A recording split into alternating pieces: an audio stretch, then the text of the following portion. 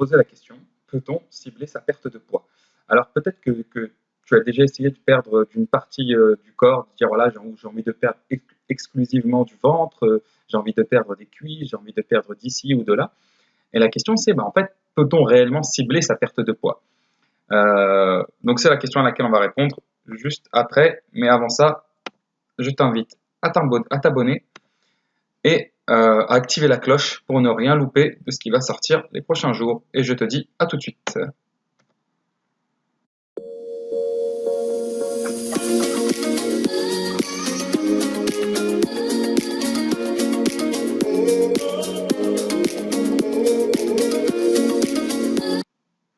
Alors avant de commencer, je t'invite à télécharger mon guide gratuit Mincir en un quart d'heure. Ce guide-là, tu le retrouveras en description et il va te permettre de perdre 10 kilos ou plus en 12 semaines.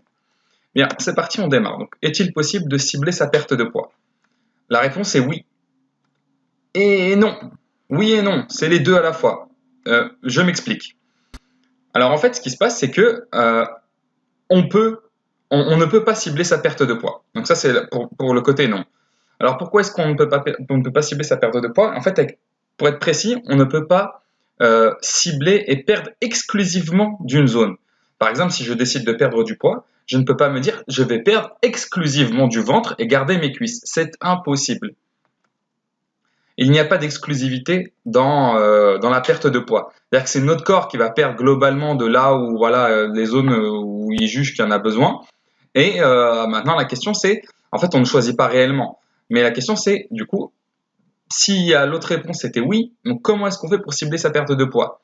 En fait, on ne peut pas perdre que d'une seule zone, mais on peut orienter la perte de poids. C'est-à-dire, en fait, je ne peux pas me dire, je vais perdre exclusivement du ventre. Par contre, je peux perdre d'un peu partout et dire, tiens, j'aimerais bien perdre un peu plus du ventre que des cuisses. Et mais du coup, la question qu'on se pose, c'est pourquoi est-ce que, comme par hasard, voilà, il y a des zones où, voilà, par exemple, où on perd en dernier, comme le ventre ou les cuisses ou autre. En fait, on perd prioritairement du poids dans les zones qu'on utilise souvent et qui sont bien irriguées en sang. Je m'explique. Euh, Globalement, avez-vous déjà vu des personnes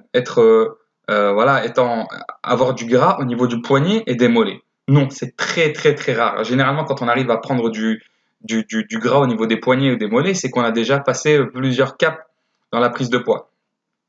Pourquoi justement ces zones-là sont très peu sujettes à la prise de poids? C'est qu'en fait, ce sont des zones très bien irriguées en sang qu'on utilise constamment. On utilise tout le temps nos mains, donc les poignets sont sollicités, et pareil avec les pieds et les chevilles. Et du coup, on n'utilise pas souvent son ventre. Je veux dire, qui dans la journée utilise son ventre? Voilà, le ventre, ça sert à ingérer les aliments, à tout ce qui est digestion, etc. Mais au niveau musculaire, au niveau irrigation, il n'y a pas plus d'activité que ça. Très peu de personnes contractent leurs abdos toute la journée pour marcher ou pour faire autre chose. Alors du coup, la solution pour cibler sa perte de poids au mieux, évidemment, parce que comme je le répète encore une fois, on ne peut pas perdre du poids que d'un seul endroit exclusivement. On peut orienter la perte de poids, mais on perdra aussi d'autres choses. Évidemment, c'est d'apporter du sang là où l'on veut perdre. Comment est-ce qu'on fait? C'est très simple. C'est justement à ça que sert le sport en fait. Si je veux perdre du poids du ventre, si je sollicite musculairement mon ventre, si je sollicite mes abdos en faisant du gainage par exemple, je vais apporter un peu plus de sang. Et justement, en fait, c'est un signal pour le corps et il va se dire, ok, donc c'est d'ici que tu veux perdre du poids. Donc il va se focaliser principalement sur cette zone-là. Donc il y a des zones comme ça à favoriser. Alors évidemment, voilà, il n'y a pas besoin d'en faire énormément. Il n'y a pas besoin de faire 1 heure d'abdos, 1 heure de gainage. C'est pas plus je vais en faire, plus je vais perdre. Ça, c'est faux. Et voilà. Donc, merci d'avoir suivi cette vidéo. Si vous voulez en savoir un peu plus, je vous rappelle qu'il y a le guide en description Mincir en un quart d'heure qui vous permettra de perdre jusqu'à 10 kilos ou plus en 12 semaines. N'oubliez pas de me laisser un petit pouce bleu et je vous dis à bientôt. Ciao!